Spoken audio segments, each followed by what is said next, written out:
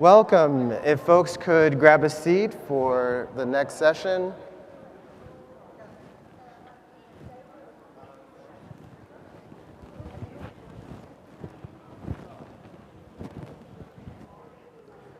So I'd like to welcome you to the presidential session, Career Threats and Opportunities. What is the role of social media in public scholarship? We have an esteemed panel for you today, and we want to welcome those of you that are watching around the world on live stream. So I will go ahead and let today's panelists introduce themselves. And while they're introducing themselves, you can tweet questions at us from in this room or from anywhere around the world at the hashtag AERA Pub Scholar. That's hashtag AERA Pub Scholar. And then we'll take some of those questions later in the conversation. So I'll go ahead and let the folks here each give a brief introduction. Rick Hess, Director of Education Policy Studies at the American Enterprise Institute, a think tank here in DC. Nolan Cabrera, an assistant professor at the University of Arizona, study whiteness in education and am engaged in the Tucson Unified School District's Mexican-American Studies controversy. I'm Sarah Goldrick-Rabb. I'm a professor of educational policy studies and sociology at the University of Wisconsin-Madison, soon moving to Temple University, where I'll be a professor of higher educational policy, and sociology, and I study college affordability. This is a very difficult room. First of all, Yes, it is. we should be in a much smaller room and you should all come closer together. Yes. But there's this tremendous echo, so I hope you can hear me because I can barely hear myself. Yes. I'm Diane Ravitch, and I'm a research scholar at New York University, and I spend about 18 hours a day blogging. And I neglected to introduce myself. I'm Julian Vasquez-Heilig. I'm a professor of educational leadership and policy studies at California State, Sacramento. I also direct the Doctorate in Educational Leadership, and I'm the elected chair of education for the California NAACP. So let's go ahead and get started with some of the questions. We're talking about opportunities and pitfalls today. So let's start with some of the opportunities. And one of the questions I've always wanted to ask Diane is, why did you start a blog? What opportunity did you see? Well, I had written a book in 2010 called The Death and Life of the Great American School System, and there was a journalist from the New Yorker who was trailing around, and he said, I've been talking to people and the critics say that you don't have solutions, so you better write another book. So I did write another book, but he also said, you need to blog. And so I started my blog like 2 days later. It was April the 26th, 2012. And I didn't know if anybody would read it, but it has since then had over 27 million page views. So what's happened is something incredible, which is I hear from people literally all over the country and frequently from people in other nations. I have correspondents in India, in Africa, in Australia, in New Zealand. And people have come to see the blog as a place where they can speak. I use the blog partly for my voice, but also to give other people a voice, especially teachers who feel that they're voiceless. And I have a lot of anonymous posters, and I check them out before I put their post up. But it's become a kind of a grand Times Square for people who don't like what's going on and don't have an opportunity to be heard. So it's been an amazing experience. I'm actually quite addicted. I'm no longer addicted to Twitter. I'm addicted to blogging. Excellent, thank you so much. And the questions are already coming in on Twitter, and I'll ask some of those in just a minute. Remember, AERA Pub Scholar. So I want to move to Rick Hess. You know, you're known for the Rick Hess straight up measurement, really could say, of public scholarship. We've communicated a little bit on email about some of the details of that in past years. I really would like to be ranked higher than 140. So what opportunities did you see in creating this metric? Where did it come from? Diane, it's a little bit like being the parents in the Peanuts comic strip, isn't it? I was, like most of my stuff comes from, I was on this visit with congressional yappers to some new technology-infused high schools in Indianapolis. I was bored out of my mind. It was all talking points. And it was in the middle of football season. And I was thinking it'd be nice is if we could have some of the conversations around what it meant to be an effective academic that wasn't just whether you were publishing in A-list journals, which I often find particularly tedious. And I was bored, and so I started noodling on paper about what some of these metrics might be, how to think about it. We did a rough cut, got some feedback that night from people who reacted to the blog, took another cut, and then year by year tried to think about ways to make sure that there were relevant third-party metrics, so it wasn't me kind of expressing my voice, trying to create a selection committee so that it wasn't me choosing who was going to be in the mix. And, I think the idea was to try to create an opportunity for scholars to get recognized for work that was impacting the national conversation, separate from the quality of their disciplinary scholarship. And, I think we've had some modest impact on that, which is generally all I ever hope for. Okay, excellent. Thank you so much. Let me turn to Nolan Cabrera, who is a professor in Arizona and junior faculty currently. So what type of opportunities do you think public scholarship, doing public work, offers you as an untenured scholar? That's a very difficult question because I know a lot of my fellow non-tenured faculty members kind of shy away from the public scholarship because A, it's seen as a distraction from publish or perish, and at the same time you can get in a lot of trouble and you don't have the institutional protections of tenure. Thankfully I have a department head, and his motto is that academic freedom is like a muscle. If you don't use it, it atrophies. And he actually encourages that, to take the empirical work and try to get it into the public sphere. And so there's been an intentional push and an intentional valuing of engaging in the public scholarship, specifically from my department head along those lines. And then because of that public scholarship that I was engaged in, I was able to, this is really weird, I was actually able to be on the MTV documentary White People, which was really strange because I hadn't watched MTV since they actually showed music videos. And so I've had this weird relationship with being publicly engaged, but it was always part of being, there was never a distinction between being a publicly engaged scholar and a scholar. It was always trying to be one and the same.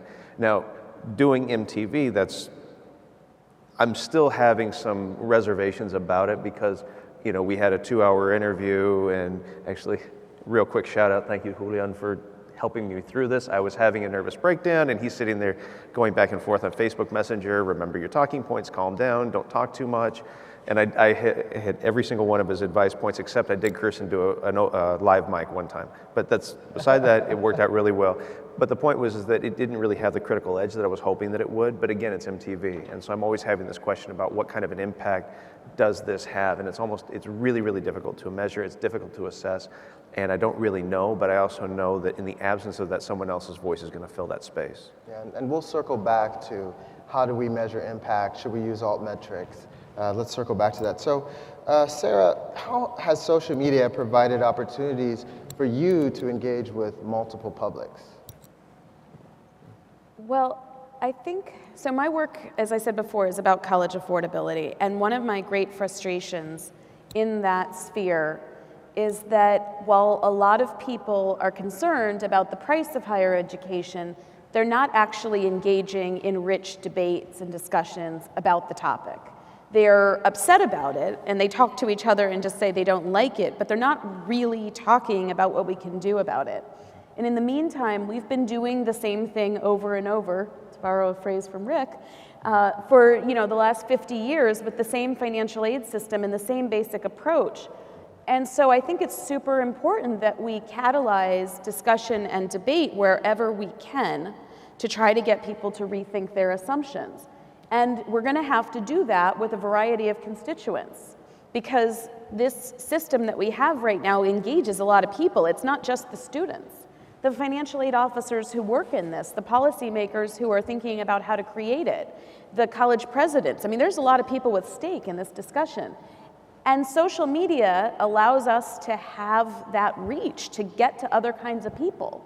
So I talk to students on social media about financial aid and about the price of college, but I also regularly engage the student affairs practitioners and the financial aid professionals and the college presidents and the staffers on the Hill in that conversation because, for example, Twitter allows me to have that reach, even though I've been sitting in a pretty small, frankly, pretty white, pretty liberal place for the last 11 years. And I think that's wonderful. I think it's been so great at helping me to improve the work that I'm so committed to, even when it has downsides. I think that's an excellent point and really dovetails with the question that I'm going to take from Twitter right now. I want to remind those of you in the room and also those of you watching around the world, you can tweet questions at us live at AERA Pub Scholar. And so when I'm looking at my phone, I'm not texting my friends, I'm engaging in Twitter here. So the question from @RuthKravitz is, dovetailing with what Sarah just said, is how do we convince more scholars to work in collaborations with the communities in public ed? And a wise, sage man told me on Facebook this week, academics are the first to call for change and are the last to do so. Ouch. What do you think? How do we engage better with communities? And I can answer that question too if you'd like me to. I'm sorry, it's just that I thought you were addressing it to Sarah. Yeah, no. How do you do? How do you hear from here. How do you engage communities better in public ed via public scholarship? I mean, with 20 million hits. 27. 27? Ooh, well, you told me 20 million like maybe last week, so that's incredible. Really, how are we better engaging with community groups? And I know we work together on the Network for Public Education, right, which is one of the primary goals, and we have many academics in that space, but how do we use our public scholarship to do that? Well, I think that if you think of a non-digital world and a world where social media doesn't exist, the kinds of discussions we have are totally closed off to the public. Mm-hmm. So we can't reach people who don't have computers. We can't reach people who don't have cell phones, but more and more we can engage people because social media is so unbelievably democratic. And absent social media, decisions are made without communities knowing that they're targeted for destruction. I think about Paul Thomas at Furman University, who wrote a book called Beware the Road Builders. And he talked about how people in this little community somewhere, and I don't know whether it was Africa or some other place, they welcomed the road builders. The road builders come in with all kinds of promises of the improvements and the economic development, and then the road comes and it basically wipes out the village. I think now the villagers have the opportunity to find out what the plans are and to try to stop them before they happen, because this is probably the most democratic political decision making has ever been, in the sense that we now have, you can tweet and you can exchange emails and blogs with people who are in decision making positions, which you couldn't do before. So I think that if the question is how do you reach the people who don't have technology, I don't know, but you can reach people who do. If they're interested in the issue and if their community is at risk, they can search and you will connect. I was going to say, I can give you a concrete example. I don't think that awareness out there, I don't think awareness is high enough on this issue, but I don't think most people would know that we now have fake tenure at the University of Wisconsin. Ooh. If it wasn't for Twitter.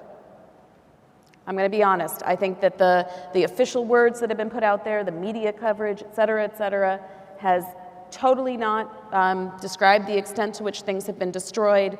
I think that voices have been elevated, voices of faculty that are not at Madison, but at places like River Falls and Superior and others, because Twitter is that democratic. I also think, therefore, it changed the tenor and tone of the debate. And now we're seeing leadership that is saying, we wish that people wouldn't think it was fake tenure, which tells us that we got somewhere. Right. One of the things about my own scholarship, I blog at Cloaking Inequity, and I focus specifically on social justice and ed policy. And I started the blog because I wrote a peer-reviewed piece in the Berkeley Review of Education about attrition of black students out of the KIPP charter chain.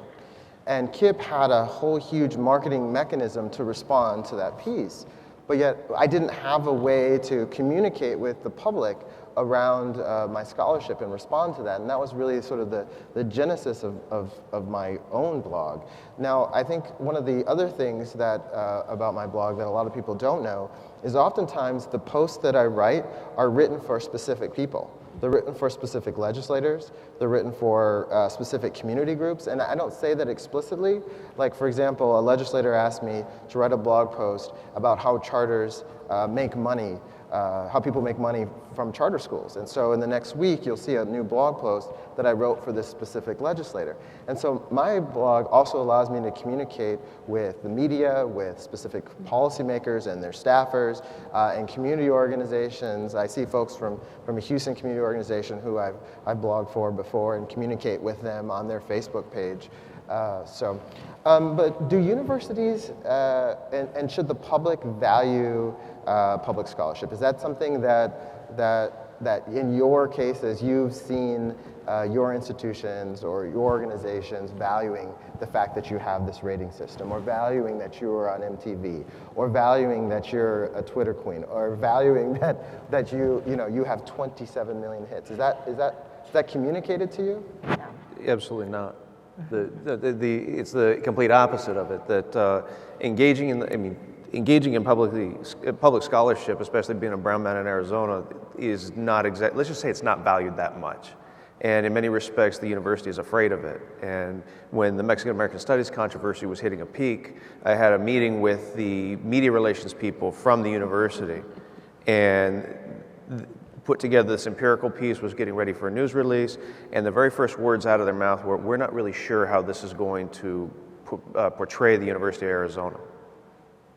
And this is, to me, a non-tenured faculty member sitting there basically having the voice of the institution saying, not only do we not necessarily value what you're doing, but we're afraid of what it will look like to us. And thankfully, my dean, and I have to give him a lot of credit for this, he looked the guy right in the eye and said, "How it makes the university look is completely irrelevant. That's not, it's only about that this is sound empirical scholarship on a very important pressing issue. And we're trying to now engage the public scholarship or public debates, and that's what you're here for. So you need to do your job." Mm-hmm. But as a whole, as an institutional ethos, absolutely it's not. Because for all of the professions of institutions of higher education being these bastions of radical leftism and all this stuff, they're actually very conservative in nature. They care about their perceptions, their prestige, and whether or not people are going to donate. And the ideals of scholarship are slowly being eroded as a result of that, and it becomes in many ways sort of suppressing this public voice, and at the very least not valuing it by saying that it's separate from how you're going to be promoted. Thank you. Anybody else want to weigh in? I completely agree. I 100% agree. I believe that the words that were used to try to dissuade me from continuing my work was that what I was doing was bad for the Badger brand. So Rick, with your rating system... I didn't know it was my job to work on behalf of a brand. I was working on behalf of students and families across the country. I'm sorry for interrupting you. So Rick, what has sort of been the response from your organization around the work that you do publicly?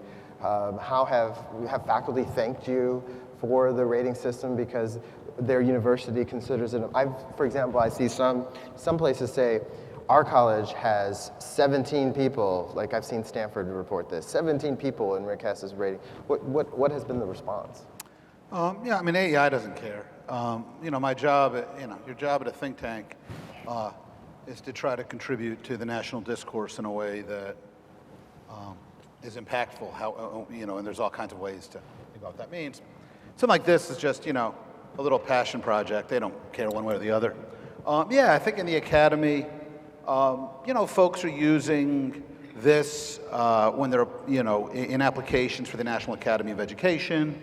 I know that there are deans that look at the list, especially in fields where they don't, that they're not familiar with, to try to identify interesting scholars that might not be cropping up through traditional disciplinary metrics. Interesting. So I think, there's also people in the field, obviously, who have raised, a variety of methodological critiques, all of which I would endorse, some kind of good-naturedly and others less so.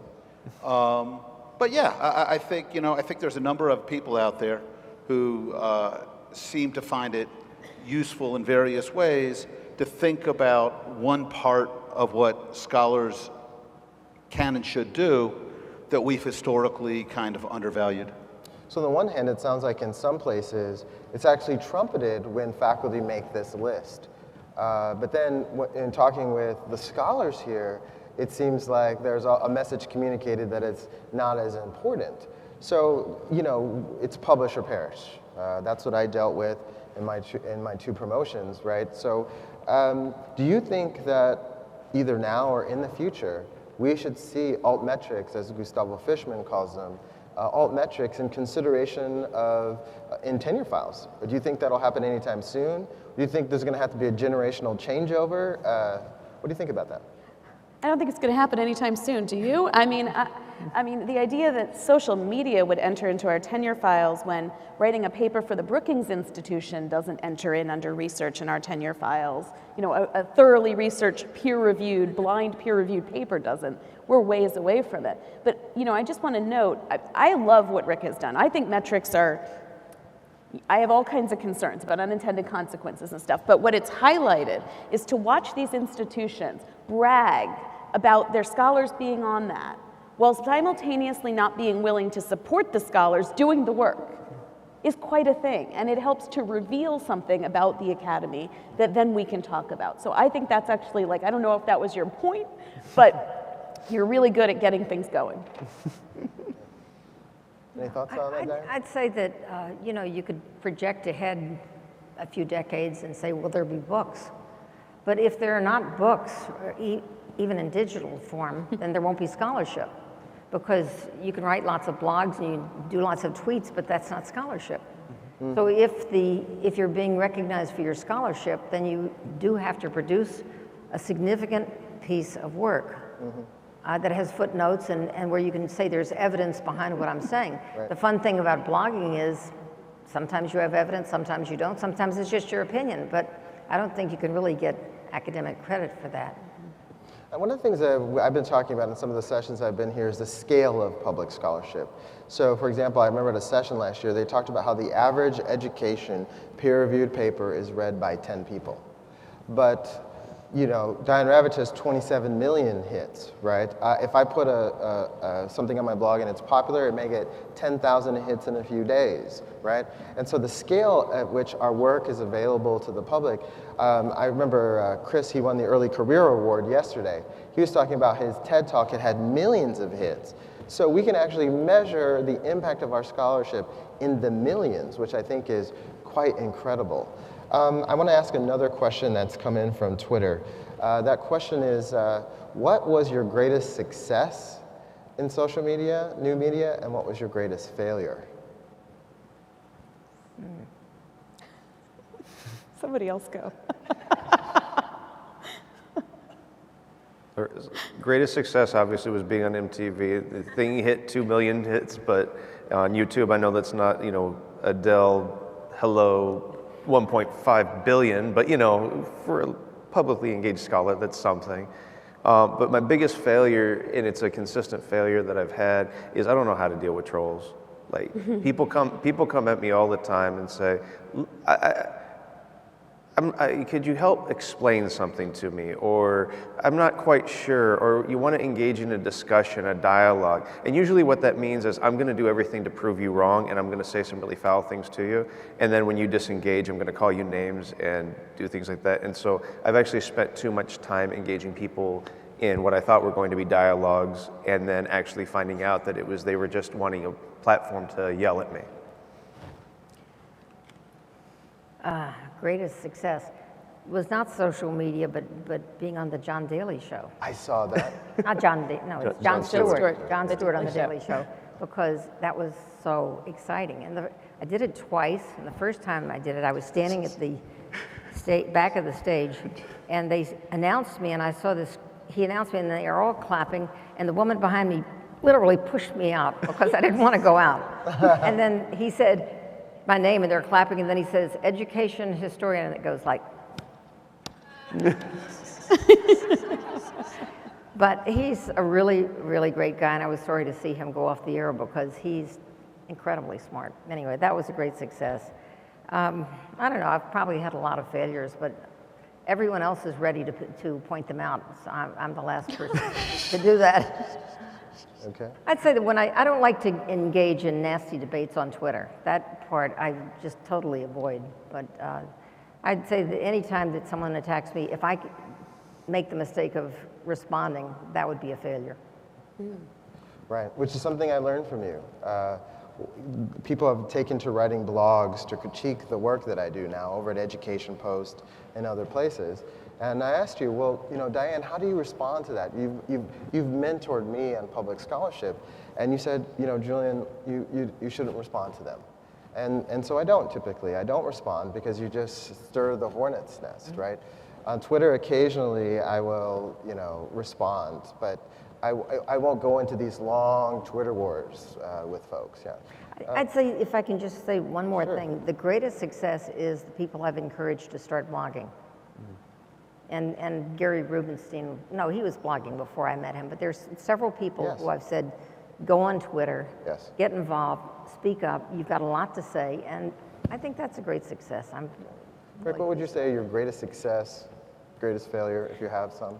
I think it partly depends how you think about the role of social media. Okay. I think social media generally is a horrible format for trying to have thoughtful conversation. Okay.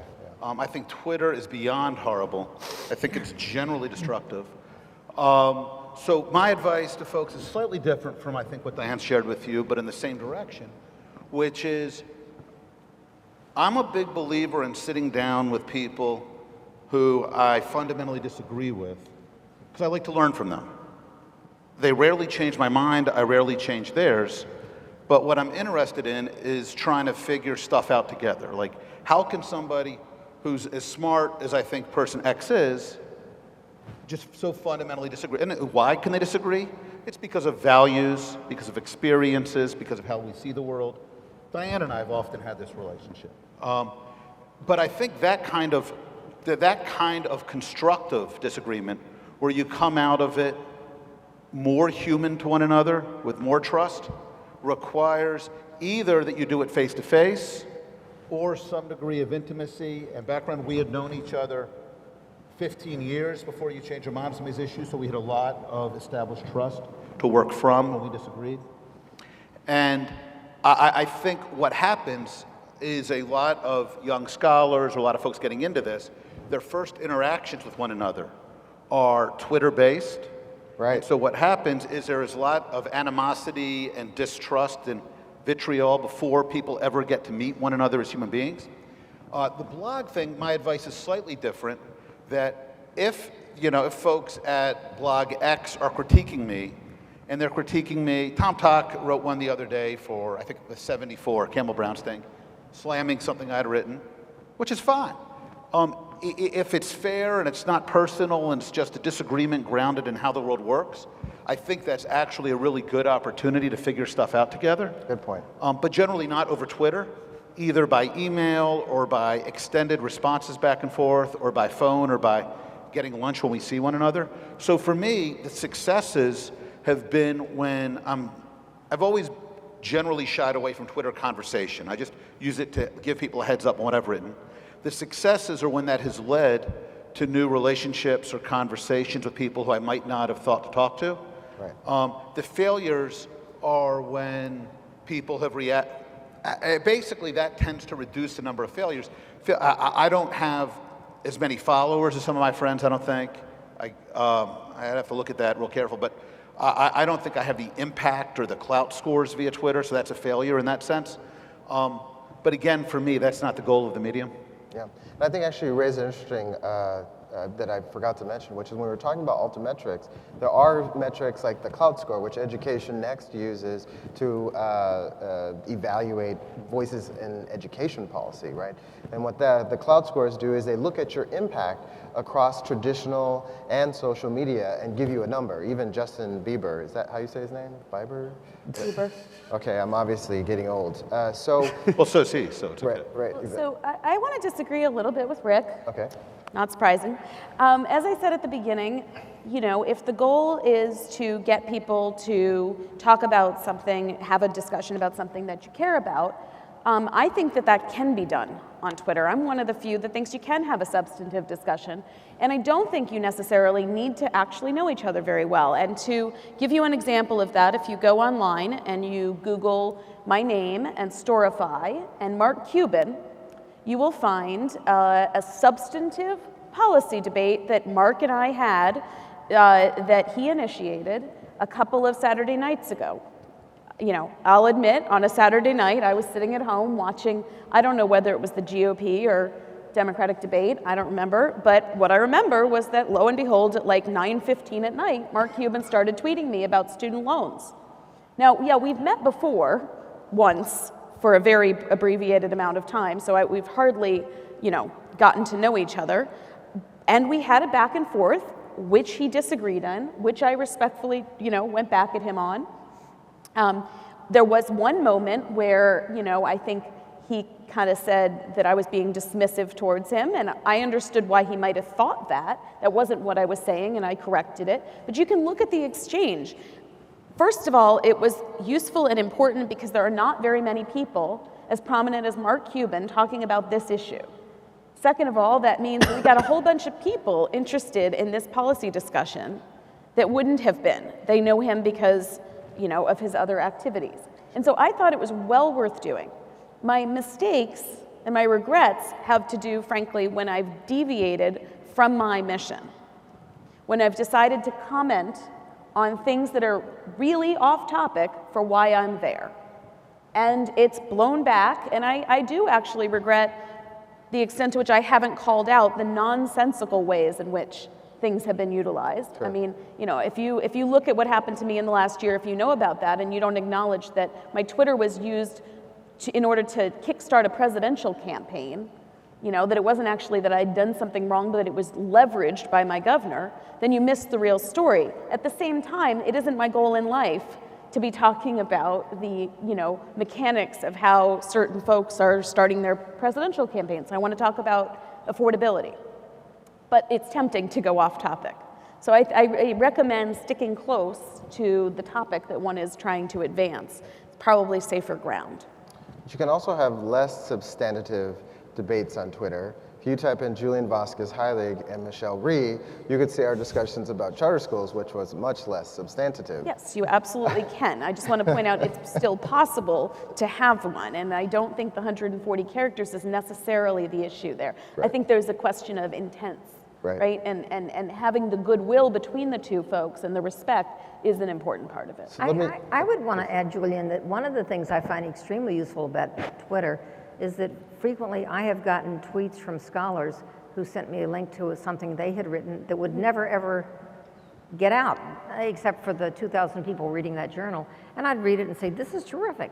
And then I would retweet it and I would do a blog about it. And it's a wonderful way to expand your readership. Mm-hmm. Yeah, no, of course. And learn. So I'd like to take a question from Christine Greenhow that says, has using social new media helped your research be taken up by various stakeholders and the medias?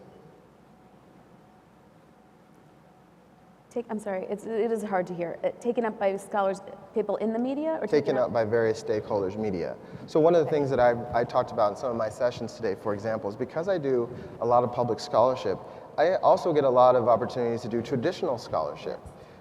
And so some people think that if you do public intellectualism, that'll somehow temper the opportunities that you have. Do you think that you get more opportunities because you're doing public work? I absolutely think so, and I also think that that translates for opportunities to do books. I mean, I'm definitely, I think, contacted more frequently than I used to be about opportunities to write. I think that I actually just got a question from a potential funder who wanted to not only, the usual question is like, will you disseminate your work and how? I got a question about the specific mechanisms that I would use in social media for dissemination. Right. Like, will we get to see you tweet about it, or will you only, you know, put it on LinkedIn or something? I mean, I was amazed at the intricate level of that. I think it's absolutely the case, and you never know who's reading. So by talking about something, I mean, I found that so many congressional staffers are clearly monitoring Twitter. And then we'll call and ask, and I'll get an opportunity because I mentioned it in a much more democratic space. Well, there are two things I would want to add. One thing that has concerned me about social media is that when people post comments anonymously, they say really vicious things. Mm-hmm. And, you know, there's no defense against that, except that when it's on my blog, I can delete them. But lots of times I've looked at other people's blogs, and you see, you know, these kind of vicious personal attacks by someone with a made-up name.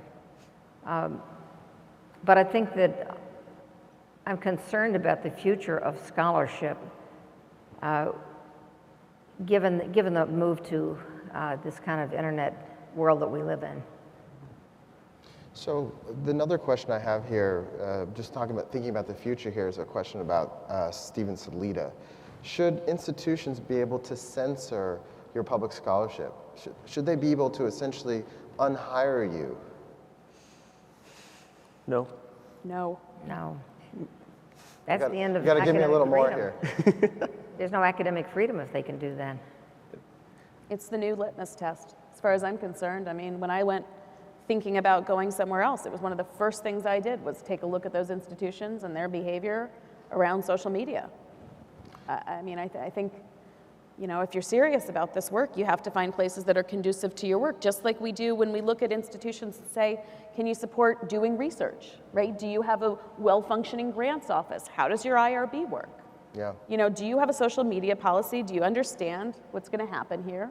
You know, I mean, I actually really went in there and really quizzed people to make sure that, you know, it was at least a relatively safe space.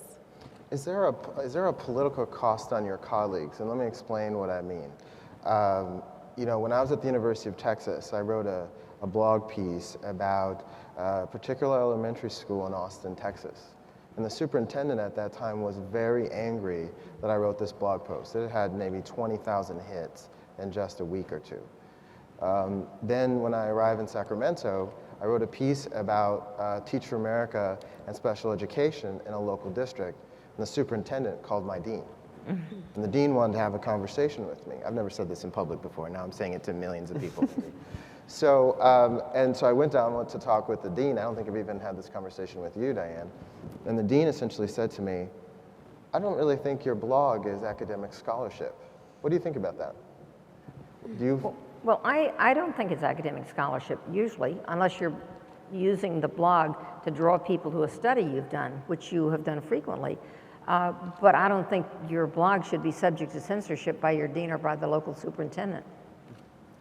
That's right. It doesn't have to be scholarship to be protected. I mean, in some ways, this conversation, you know, it makes me wonder whether we should stop talking about it as scholarship, which is putting it under the column of our research, and start thinking about it as teaching.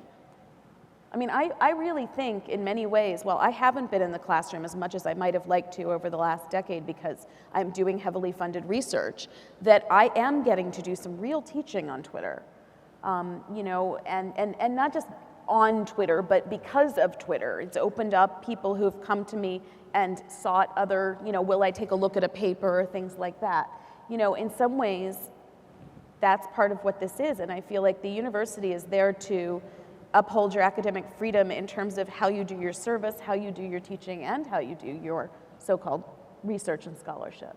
Okay, so just go ahead, please, Nolan. I was just going to say, on sort of the flip side of that, though, I definitely agree with what you just said about there is this tension that it's what's scholarship and what's public voice, and in these two things. And I remember Mary Beth Gassman having a really interesting post on diverse issues in higher ed a couple years back, where she was relaying some conversations that she'd had with a number of her graduate students And those grad students were having these issues about, how do I engage in the public scholarship? How do I get my stuff out on, Twitter wasn't as big back then, but out on different forms of social media.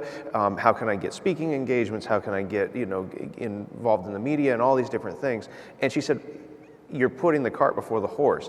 You have to do the good work first, and then you have to do the scholarship first, then you can look at how to disseminate it out, and basically be first and foremost a person of substance before you become that public intellectual. Because in the absence of that, it basically is policy relevant as Kim Kardashian. It's out there, it's on Twitter, but it doesn't really have the substance. And I think that that's a core component that we need to remember, that we're pushing really hard, but we can't lose the core of what we're doing at the same time. That's a great question that dovetails into this question from Twitter, from Mark.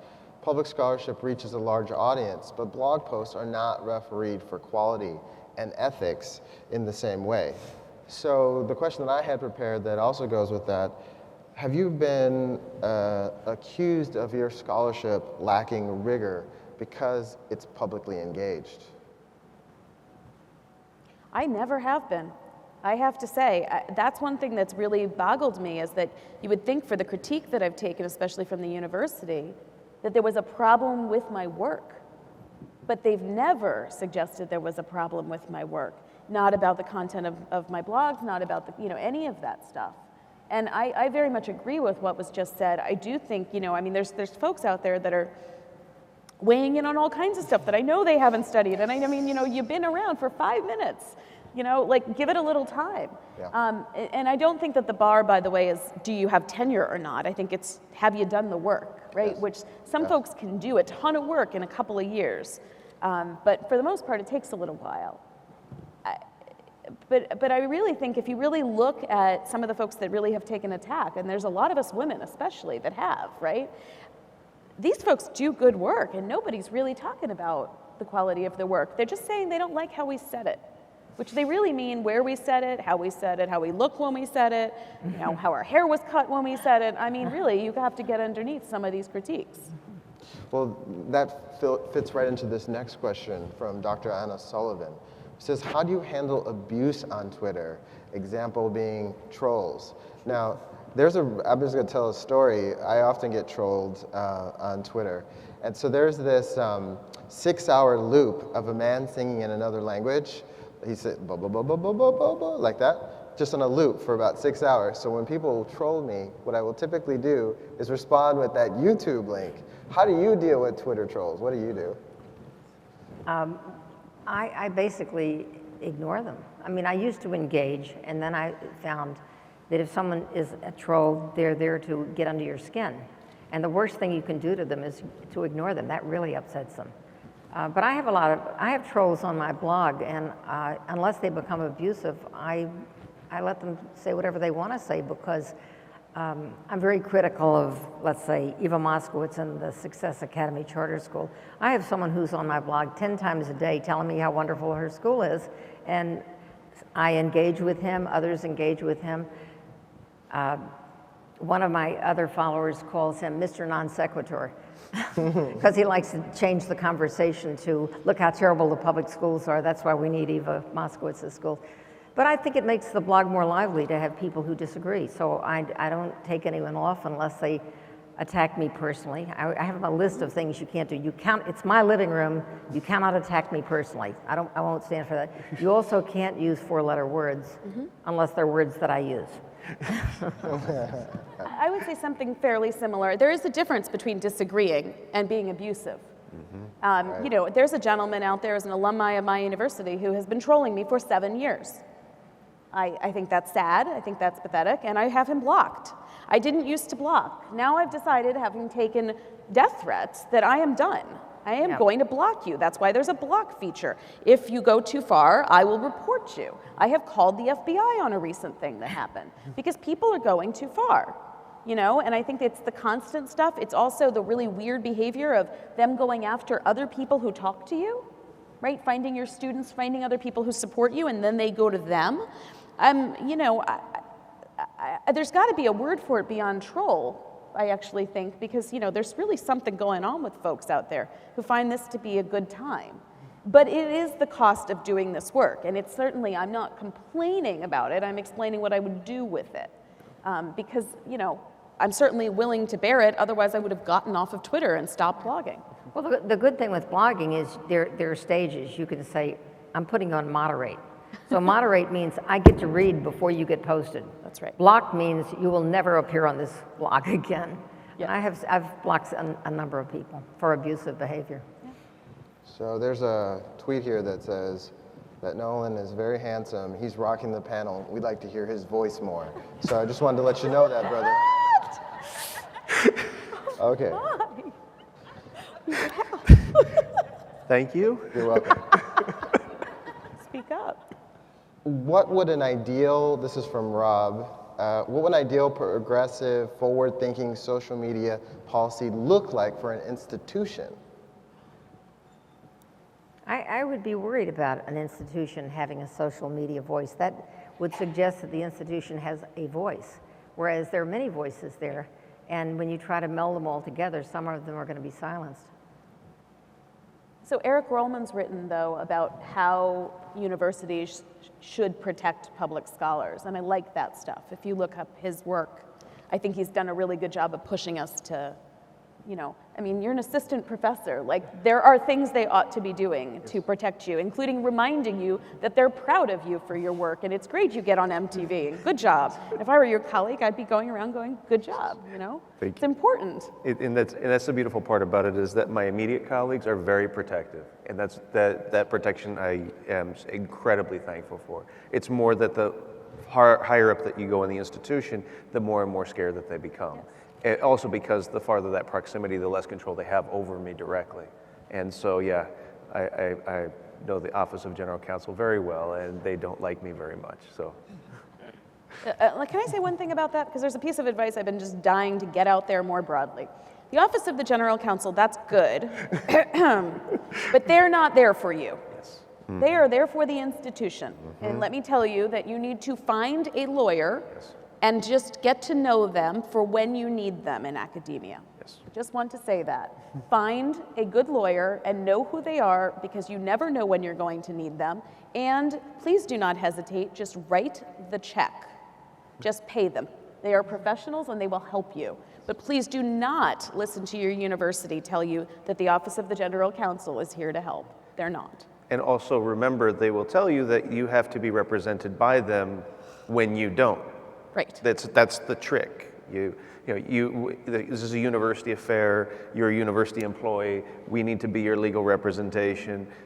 No, I'm still a private citizen, and I can be represented by whoever the hell I want, or heck I want. Sorry, I get really mad about this because they've been playing games with me, and I'm not happy. So then I put them on blast, live stream to the world. Okay. So let me ask this question. Folks talk to you about citing your public scholarship in work? Do you cite public scholarship in your work? I know that I sometimes cite my blog in peer-reviewed pieces, right? Do you find yourself being a part of the curriculum? Sometimes people say, this blog is required reading for a particular class. Do you hear that? Yeah. I know that a number of people have told me that they read the blog as part of their classwork, but I don't ever cite it. I mean, in my books, I don't cite myself except for other published work. Yeah, I mean, I think it does get it does get used that way, at least in some places. Yeah, I don't think I cite blogs per se. More what I do is, for me, the process of writing is always about trying to work out my own thinking on issues. Right. And blogging, everybody up here, I think, blogs pretty regularly. I think I've figured that I blog, 50,000 words a year, give or take. Wow. And so, in a lot of ways, that becomes rough drafts of portions of my longer form work. Right. Whether it's, I haven't written a refereed piece, I think, in probably half a dozen years because I got sick to death of the whole process. But for longer form, for Fight Out the Captain or Educational Leadership or various magazines or for books. And so for me, there's absolutely an ongoing interaction. And one of the nice things about the blogging is as people respond, kind of Diane's alluded to this, people come out of the woodwork, You learn things you didn't already know. People share. I mean, I think you alluded to this too, John. People share information, facts, insight that you otherwise might have not been able to tap into. And so I think, you absolutely can use all of this as part and parcel of that thought process. And I will, No, you- okay, I will cite blogs in my scholarly work, but it has to be in a very, very, very specific way. So I am very sensitive to the idea that the blogs don't go through this rigorous review process, and so it's very difficult to consider it scholarship on the level that it would be maybe in a literature review or something like that. But I find blogs very helpful in terms of setting the stage, in terms of setting the debate, in terms of setting up what people are talking about. And so in that sense, I cite blogs all the time, especially in like the introduction, but I sort of have to say beyond that, no, because otherwise it starts to create a shakier foundation for the peer-reviewed scholarship that I'm working on. So if you take the time to read the footnotes in my book that's coming out soon, I cite tweets, which I didn't think I would do, except that there were some really good discussions that were happening about the topic.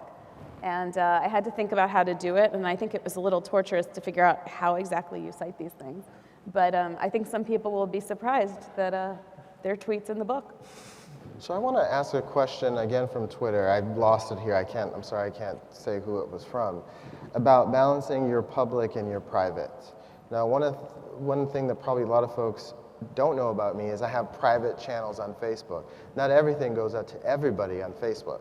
But one of the things that I do try to do in my blog is talk about really personal stories from my life. So for example, my last blog post on cloaking inequity, I was talking about how I was that fourth grader, for you educators out there, that had excess energy, lots of excess energy, and it found me into a lot of little trouble, right? And talking about how my teachers sought to refine that energy over time and help me focus it in the right places. And I talked recently about how I was buying a car. So I was in the airport last week, and someone I didn't know came and talked to me and said, "What car did you buy?" Right? And when I see people around AERA, they come up and they talk to me like we have a very personal relationship with each other, even though this is the first time we've met, because sometimes I share those sort of really private inner feelings. So how do you separate that public-private in your public scholarship? Well, I think that blogging has made me a better writer because in some strange sense, I feel like I know who I'm writing for and I know who they are, even if I haven't met them. And so I'm able to be more personal than I would be if I were writing a book. But then if I turn to do something for a publication, it's not exactly the same tone, but it's a far looser tone than if I were writing a scholarly work. So I do book reviews, like for the New York Review of Books, and I found that some of the blog voice transfers over into that kind of writing, where it becomes easier to read, more accessible. I mean, to me, this is a problem with scholarship, is so often it's boring. So I think this is a good distinction for folks to think about, which is kind of the personal tonally versus being personal substantively. Okay. I mean, one of the things I like about blogging is, the ability to just talk to people like you would talk to people, rather than all of the finery of academic forums.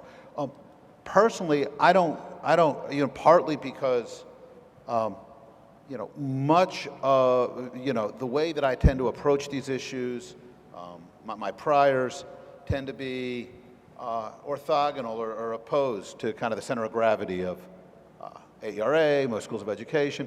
So I learned, I was getting boycotted and booed, at AERA and ed schools 15 years ago, when you guys were still younger. So I've felt little or no interest in sharing personal. So I'm not on Facebook. On Twitter, I don't write about anything that's not, kind of policy, and I don't get into personal conversations. I don't ever share pictures of my family or use those in terms of like Twitter. So for me, it's just very much that this is a way to kind of engage with people professionally in the conversation. And the way I deal with this is my private life is for my family and my friends. I do the complete opposite. And to be honest, I'm doing it for a reason. There are a lot, especially of women out there, who've been afraid to enter a lot of these conversations, and issues like how do you juggle having small children. They might be interested in my work in affordability, but I blogged a lot about what it was to have 2 babies on the tenure track after I'd been explicitly warned that that was a bad idea. And I think one of my most read blog posts was about what happened when I was traveling between gigs and I spilled some breast milk at the airport, and how I cried my eyes out and didn't know what I was going to do next. And I think it was teaching, but I also think it's just humanizing. And I think, for those of us that go in there and try to get somebody to hear our ideas, part of the way you do that, even with policymakers, is to talk with them about things that really matter.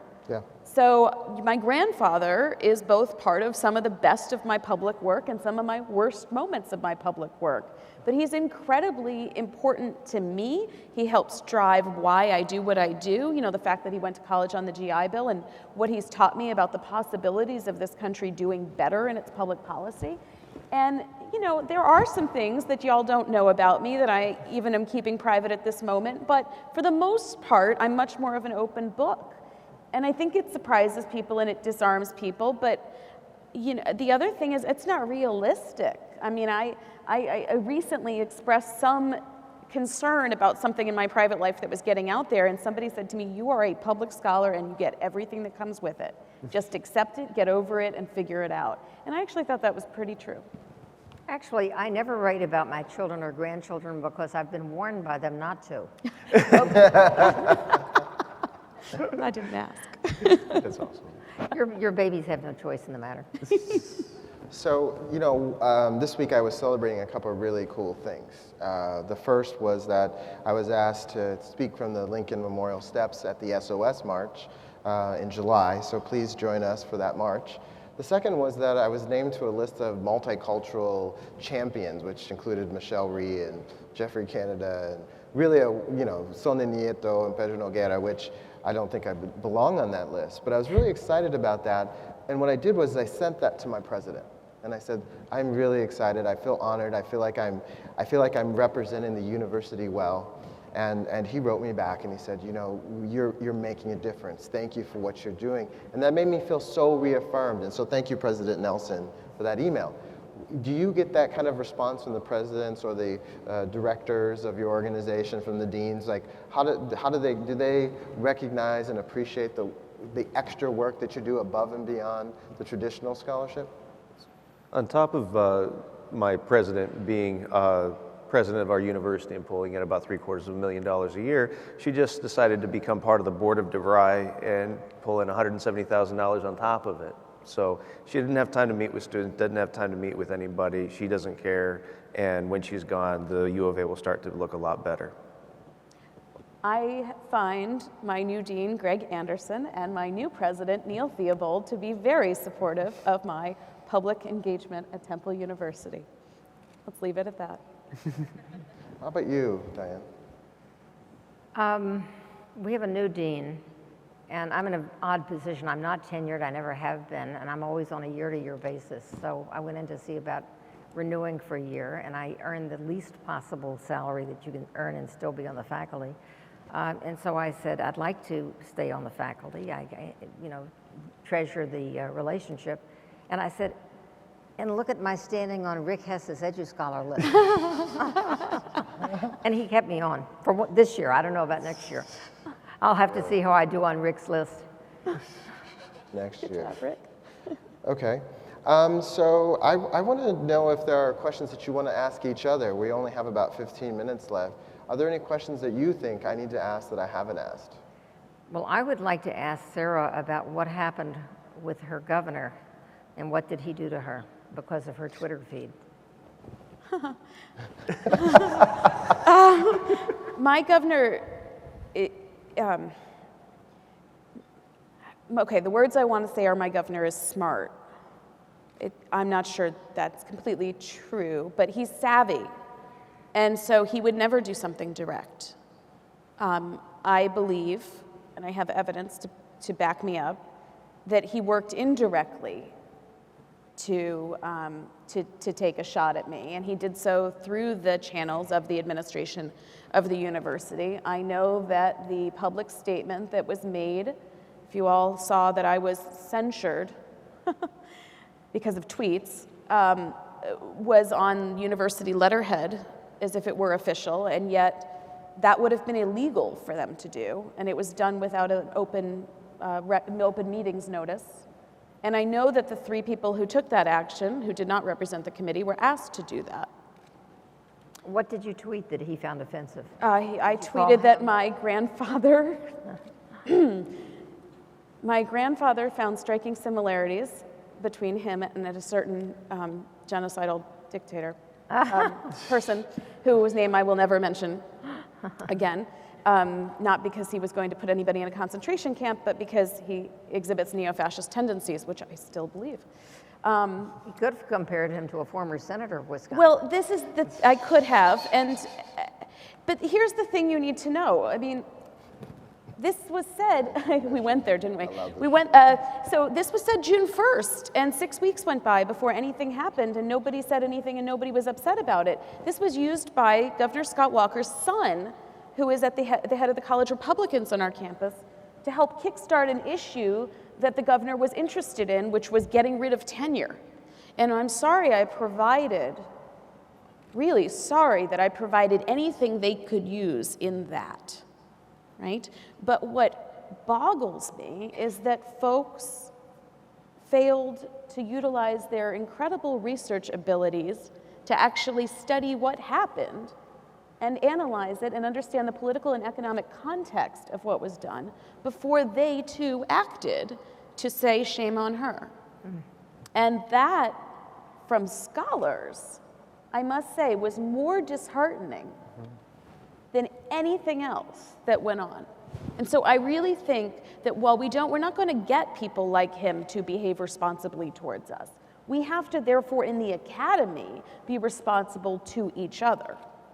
And if we can do that, I could have been insulated from that sort of thing. Somebody could have said, what nonsense. She's a scholar, she does her work, she's stood by us, she's contributed, she's raised millions, she's taught students. What nonsense to be talking about a little tweet that was literally, I love the word for it because it's so small and tiny. Right. You know, and I recently, Michelle Malkin from Fox News wrote a piece about Teach for America. And it was late at night, and I just quickly shot off a tweet that said, you know, if the right starts to critique Teach for America in the way that Michelle Malkin did, there's going to be a lot of trouble. And it set off this Twitter storm of about 1,000 tweets, one single tweet. And so one of the things that I tell graduate students and junior faculty, you have to be really thoughtful about what you tweet because it's evidence, they can take screen captures, it's forever. One day you might want to be a university president or a dean or run for office. And so try to be really thoughtful about what you put out there on social media, because something that could quickly seem very innocent can become a really, really big deal. So I got another question from Twitter, which was, do you use your blogs to make your research more accessible? And this is from Amber Black. Or do you do it to engage and discuss other work? Well, most of what I post is aggregated. And someone once threw that at me as an insult and said, you're just an aggregator. But I like to showcase other people's work. I've many times posted things of Rick's, of yours, Julian's, and Anthony Cody. I have there's a whole stable of wonderful bloggers, and they don't have as large a reach as I do, so I'm happy to give them a place to show off their work. And then when I write a piece of my own, I'll often co-post it. Like today, I had a piece this morning that was posted at 11 o'clock on my blog and at 10 o'clock on Huffington Post, so it gets more circulation. But yeah, I like giving people the voice, and people appreciate that. They also appreciate, I think teachers especially appreciate that they have a place where they can read other teachers and not be lectured at by somebody who has not been teaching kids in K-12, as I never have. So I know my limitations, and I'm very happy to give teachers the platform. I think one of also the perils that folks have been asking me about here at the conference is balance, life balance, right? I've been saying that public scholarship is an and proposition for those of us in the academy because we have to publish in peer-reviewed journals. So this is an and, not an or at this time in the world. And so how do you promote balance in your life? How do you blog 50,000 words a year? I mean, I have blogged probably about 600 blogs over the last 3 years, and now I've started a podcast about Teach for America. I do a lot of these other things, and the question that I always get is, Julian, how do you find balance? Do you spend time doing other things? Yes, I watch Walking Dead at 9 o'clock on Sundays, I do. So how do you find that balance? I don't have balance in my life. I was going to say the same thing. Well, let me say this. No, my children What are balance? grown, and you know, I'm a grandmother, and at Yeah. the moment, my kids, two of them are in college, two Yeah. of them are living in LA for this year. Yeah. So I don't have any balance. When I first met Diane, can I tell you this story? She invited us to her house in Brooklyn. We were starting this new nonprofit called the Network for Public Education. First time I had been to her home. And so we were there, and we were having a meeting, and Diane was blogging while we were having the meeting. And then I understood what it took to be Diane, to be able to multitask all throughout the time we were with her. It was incredible. It was incredible. How do you all have balance? My kid, because when I'm with him, there's nothing else. The phone is put away.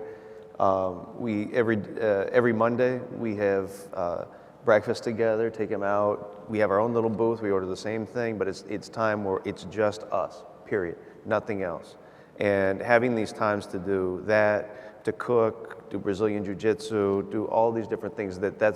And when it's doing that, there's nothing else. You know, I can't work out in the gym because my mind starts going to things like, what's my next blog post going to be? What's this article? There's this R&R. I'm going to go to this meeting. No, I can't do it. I need things that are complete distractions from any of the other work, and just carving out that time. And that time is sacrosanct. So my students know, do not contact me when I'm doing this stuff. Unless, like, the world better be crumbling down around you. And it's happened a couple of times this year, but usually it's like, do not bother me at all during this time. And then when it's time to be on academically, or it's time to be on in blogging or things like that, then it's that, and I'm happy to do it. 100% focus here or 100% focus here. I can't multitask, because that means that I end up doing everything badly, and that's just my style on that. Mm-hmm. What about you, Rick? I really like that point about the multitasking in particular. I think one, having priorities. Same thing. My son is vastly more important to me than weighing in on this or that dispute. It'll get sorted itself out. We're a country of 340 million people. If I weigh in or not, nobody actually gives a crap. So I think one is having that and having some sense of humility and understanding that the role each of us plays is, one little thread in a larger tapestry, and that the place where I actually really do matter is with my family and my friends and my intimates. So that's part of it. The second, though, is I think especially if you want to be a public-facing scholar, what we have far too much of, especially in the media environment and the cultural environment, is talking and reacting. It's very easy to talk and react in 2016. And I think what there's a dearth of is thought and reflection. And if there's anybody, and this is something I write about when I do the EduScholar every year, if there's anybody whose job description gives them the freedom and the luxury to actually read and reflect and listen to people who disagree. It is not advocates and policymakers and people at philanthropists who are pushing money out the door with to-do agendas. It's people who are scholars, who have a chance to read, who have a broad base of knowledge to actually make sense of this stuff. And so I think when we engage in the public square, I think our maximum value is when we're not being reactive. And so I actually try to make it a point to carve out lots of time to read and cogitate and think and understand that, the time I spend actually writing or sharing is kind of the value of it's inversely proportional to how much time I've spent doing that other stuff first. So on that note, I'm reading a book about this because I thought it was recommended to me. I believe it's called NetSmart. And it was by somebody who's given this, world a lot of thought, the social media world and all of this, and he talks a lot about how to focus your attention. I'm very interested in what Nolan just said because I have this issue too in the gym, so I don't want to go there. So I like this idea of taking up something that, you have no choice.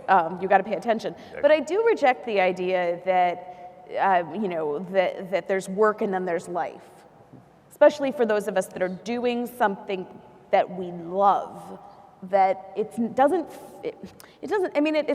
certainly, like, I would love to go to the Korean spa that I love and not be talking about financial aid there. That would be great. But generally speaking, even my kids, and now you're going to feel bad for them, but my kids are very engaged in my work life too. And I think that matters. They say really interesting things to me. They know a lot about the Pell Grant because we named the cat Pell. Yeah. The dog is Bernie. So, I think that there's some integration as well. In other words, the one reason I do that is because I want them to know why I'm working. I want them to know why I care. I always make sure they know what I'm doing when I'm not with them, because they need to know that I'm not with them because I don't love them. It's because I'm doing something about making the world a better place. And I always ask myself if I've done that justice. If I wasted my time, that's when I'm upset. And I'm trying to take back the time that I do think is wasted, recapture it. I've got a great question here. Can you talk about the power of social media in connecting people of color across time, space, especially in this world of white academia? Now, that's a real question. And actually, I just experienced this before I came to this session. Melissa Harris Perry had a special lunch for a variety of faculty of color and allies around her center that is looking at justice for women and girls of color. And there were some people at my table that I knew from UT Austin and other spaces, but I met 5 people in that room that I only knew and was connected with on social media that are allies of mine. And I think this is an important question. I don't think I would be as connected as I am to Diane Ravitch without the power of social media. We first introduced each other, I think, when I sent you the Harvard Ed Review paper that I wrote about social studies and race in Texas, right? So can you talk about the democratization of knowledge? And then if you're able and interested, can you talk about the connection of people of color via social media? Well, my first impulse was to say, being white, I'm not the right person to talk about how people of color connect on social media, because generally speaking, when you first meet people on social media, you don't know who they are or what they look like. You don't know their race or their gender, usually because of their name, but not always. But I think that,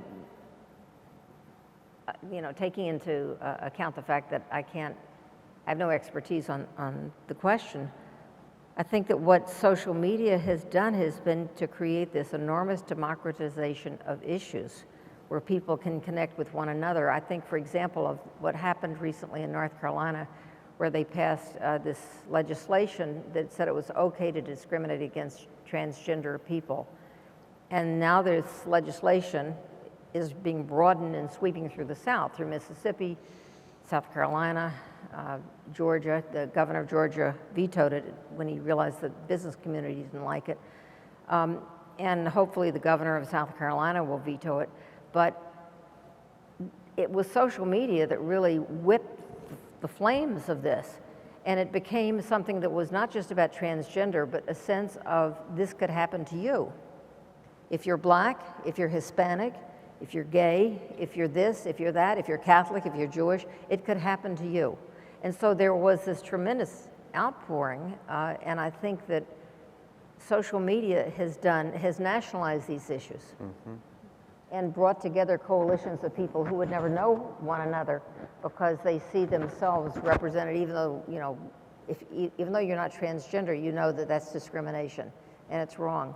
And someone from North Carolina sent me a YouTube video of a young woman who described her process, born a male with genitals, and always feeling that she was a girl, and she was very beautiful. She was about 13 years old, and she talked for 10 or 15 minutes, and then her mother talked, her sister talked, her father talked. Her father's a Presbyterian minister. And, you know, the audience was virtually in tears by the end of this 12-minute video. And how you could justify discriminating against this child, you know, it's the human empathy thing. And I think that YouTube was powerful there, social media is powerful in disseminating it. And it does create this connection that makes us human. In terms of the second part of the question about uniting scholars of color, I think we need to start from the position of how are scholars of color located throughout the academy. And that is that frequently it's an issue of solo status. You're out there by yourself. You're the one black scholar in this department. You're the one Chicano over here in this school. And so I think in many respects, because there is power in numbers, that social media has been a method of, you know, increasing these social networks and actually creating some sense of institutional protection or at least institutional support, institutional protection for scholars of color. And in some respects, it's out of a matter of just scholarly survival, but also scholarly nourishment, because if you're the only one doing this work and you're a scholar of color, frequently you are the only one doing this work and you're a scholar of color, but by having this connection through social media, you can actually both let people know what you're doing, as well as have people send you what they're doing. And I think both of those are incredibly important, especially because, at least psychologically, for me as a non-tenured scholar of color, when I get one of those rare victories, when I actually get something published after being rejected 9 times, the people around me, yeah, they will celebrate. They'll say, hey, good job, pat on the back. I put that stuff out on Facebook, and you know, my folks all throughout the country are like, this is awesome, big props. My phone's blowing up from text, and it can create the sense of a larger academic community, and that's incredibly important psychologically in an environment of academia where we're usually set up to fail, and we can continually feel that we're less than and less than and less than, and we need to savor and celebrate all these little victories. Actually, there are no little victories. We need to celebrate every victory, and in many respects, social media becomes a platform for that, especially for minoritized folks. So for you at home watching on the live stream or at work, and those of you here in the room, we only have 5 minutes left, and I want to end with one question for each of the panelists. That question is, considering the perils and the opportunities that we talked about today, should you engage in public scholarship, and why? Well, I would say absolutely yes, because if you have spent a lot of time writing a book or writing an article, social media gives you the opportunity to reach many, many more people than you would through the traditional publication route. So yes, go the traditional publication route, because this is where you can do your serious work. But you can then write a shorter version and post it, or you can post the original version, and it will get, through tweeting and Facebook, it will get out to tens of thousands of people. If you had been in this position 20 years ago, it would have been read by 1,500 people. So it makes a huge difference in terms of your ability to get your voice out there and to engage with other scholars. I think it depends on what you're doing. I mean, I think there's certainly room in the academy for people who don't want to do this. I mean, you know, they're doing exploratory work, they're not quite sure, you know, it's not about policy, right? I mean, we have all kinds of research that's going on, some of which, you know, may take 20 or 30 years before you really have something that you feel like you really want to say to the public, per se. And I think we have to value that, because some discoveries take a long time, you know, and there's a lot of different kinds of work. But if your goal, if the work you're doing is intended to inform, you know, practice or policy, and you want to reach people, I don't know how you can think you're doing it if you're not engaging in this way. I mean, you're really missing out. So, you know, I don't think, though, that, you know, a measure of success is every professor's on Twitter. You know, I think it's a lot, you know, I think that's oversimplified. But I certainly think that it can enrich your life and your life and your work. And I think those are one and the same. I personally think that we're moving in a very strongly anti-intellectual move as a nation right now. There's a high level of skepticism about scholarship, a high level of skepticism about higher education as a whole. And I think that there is a massive call for us to engage the public. We can't afford to be in the ivory tower anymore. We need to actually be publicly engaged. And to the extent that the masses don't value our work, we have to make a strong case that our work matters. And that not all, and I hate to say this, but not all opinions are created equal in terms of being equally valid representations of the social world. And I think that we need to actually defend that place. And the place to defend that is not in peer-reviewed publications. And I don't want to sit here and say arrogantly that we know truth and the masses don't. But I think we've been absolutely derelict in our responsibilities in terms of saying that, yes, our work matters. There are, and I would actually say that this panel is more the exception as opposed to the rule, and that becomes sort of a calling to all of academia and scholarship to make our work relevant, not just to each other, but actually more broadly speaking. I like Sarah's response that it depends. I think it depends on a couple of pretty significant things. One, it depends on whether scholars are at a point in their scholarship when they have something that is rigorous and reliable and credible and well thought through and that adds to the discourse from their expertise. Two, if they want to just speak up because they have strong feelings about this law or that personality, they have the exact same right, to my mind, as anybody else in the country to make their voice heard. But I don't see that as public scholarship. I see that as wanting to say something. And so I think it's useful for people to draw that distinction between when they're operating as public scholars and when they're just operating as people with something to say.